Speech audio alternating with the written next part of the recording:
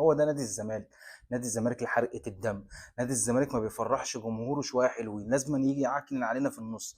هو ده نادي الزمالك، ما يستغلش تعثر المنافسين. فرصه من دهب بتجيلك بتقول لك تصدر الدوري وابعد عن اقرب منافسيك اللي هينافسوك على الدوري للاخر، اللي هو الاهلي وبيراميدز، واحد بخمس نقط وواحد بثمان نقط. انما الزمالك دايما بيرفض الهدايا. الزمالك لا يقبل الهدايا من احد.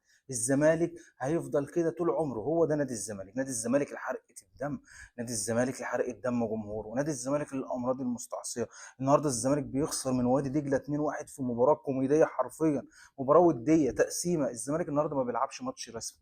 النهارده 90 دقيقة ما فيش شفناش جملة يتقال عليها جملة، ما شفناش حاجة اتقال عليها مدرب مثلا محفظها للعيبة، ما شفناش فرصة خطيرة ولا فرصتين بغض النظر عن الجون. كل ماتش نجيب جون نرجع ندافع.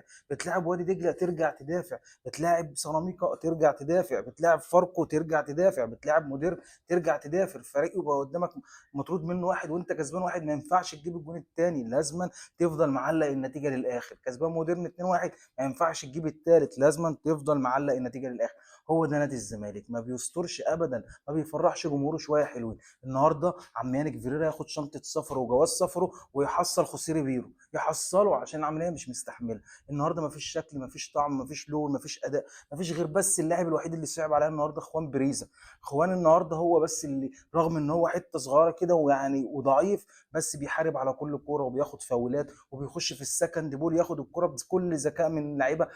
طوله مرتين. النهارده بيعمل كل حاجه في الكوره، بس بقيه اللعيبه ما فيش. اكتر واحد النهارده بقى تعالى لي تعالى لي يا عم ناصر ماهر. ناصر ماهر انت بتعمل ايه يا عم؟ اكتر واحد حرق دم النهارده ناصر ماهر. زي برضك الماتش اللي فات، زي ماتش موديرن لما برضك جات له فرصه ان هو يحط الكوره لاخوانه يخش يجيب الجون الثالث ويريح الماتش، راح يلعبها وبانانيه. النهارده جات له كورتين ما بيفكرش غير في نفسه، وفي الاخر بيعمل فينش زي الزفت. بطيء في الكوره، بيحتفظ بالكوره كتير ولازم ياخد الكوره تحت رجله ويقعد يلف كده ويقعد يلف كده، والواد يبقى فاتح له شارع. لو حط له الثرو هيوديه انفراد. لا ازاي؟ انا مش عايز انجمه بقى، مش عايز العب له، مش شايفه، ما تفهمش. النهارده فتوح نازل مش شايف قدامه، مصطبح مصطبح بيباص الكوره بيعمل ثرو للاعب وادي دجله بيقول له روح هات الجون الثاني يا عم.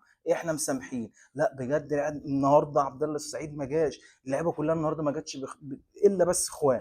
هو بس اللي اتظلم النهارده. كل الفرقه زفت. انا مش عارف ده شغل المدرب، فين شغل المدرب وفين الاداء وفين الجمل وفين 90 دقيقه مش عارف تعمل هجمه على وادي دجله زي الناس. انت لو قعدت تلعب خساره مستحق، اقسم بالله خساره الزمالك النهارده خساره مستحق. انا مش عارف هنفضل لحد امتى كده، مش عارف مش هنستغل فرص لحد امتى. انت عارف لو الدوري ده ربنا كاتبه نادي الزمالك، الزمالك لازم ياخده في اخر ماتش، في اخر ماتشين. ما ينفعش زي الاهلي لما بياخد الدوري كده مثلا منك او من اي نادي تاني يبقى فارق بقى ب 20 بونت ب 15 بونت. لا الزمالك لازم يعقرب. يعني حتى لو الدوري ده الزمالك في الاخر خده وبعد اللي احنا شفناه النهارده اشك بقى، اشك لان في لعيبه كتيره بره الخدمه.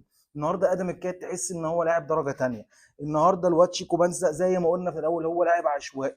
هو على قد ما هو لاعب كويس وكل حاجه، بس برضك مش الصفقه السوبر. هو الوحيد الصفقه السوبر اللي دخلت نادي الزمالك هو اخوان. غير كده اللعيبه كلها شبه بعضها، كله زيد زي عبيد. مصطفى شلبي زي شيكو بنزا. هتقول لي بيعمل كده ومش بيعمل كده، والاونطه دي النهارده بياخد الكره وكل شويه يطلع بيها بره القوي. يا عم احنا بنلعب لحد الخط الابيض مش النجيله كلها.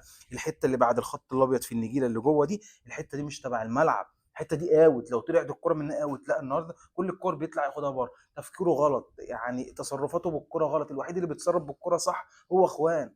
عمر جابر يا عم، عمر يا جابر انت مش هتتطور ابدا. داخل على 35 سنه ولا 34 سنه ومش هتتطور. هتفضل لاعب ما بيعرفش يعمل اوفر لحد امتى؟ هتفضل لاعب بتدافع بس لحد امتى؟ الاهلاويه مخنوقين من محمد هاني عشان نفس النسخه، نفس بالكربون يا حبيبي بالكربون. انا مش عارف ايه ده بقى، ده اسمه كلام؟ بقى ده اسمه كلام على الراي المعلق اللي النهارده ما وروش حاجه غير بقى ده اسمه كلام؟ بقى ده اسمه كلام؟ النهارده ماتش يقرف وصوره تقرف واخراج يقرف ولاعيبه تقرف وحاجه تقرف، اقسم بالله حاجه تقرف. يقفلوا النادي ده ويريحونا من حرقه الدم. احنا كنا فرحانين امبارح ومهيصين. ده كده الاهلي ارحم مننا بقى، على الاقل خسر اتنين من بيراميدز اللي مدججه بالنجوم. النهارده وادي دجله بيلعبك القيمه التسويقيه بتاع الفرقه كلها مليون دولار ولا مليون ونص دولار، بقيمه لاعب واحد من عندك الفرقه كلها. حرفيا فرقه انا مش برضك فرقه ضعيفه جدا وادي دجله، بس كسبتك. سبحان الله ما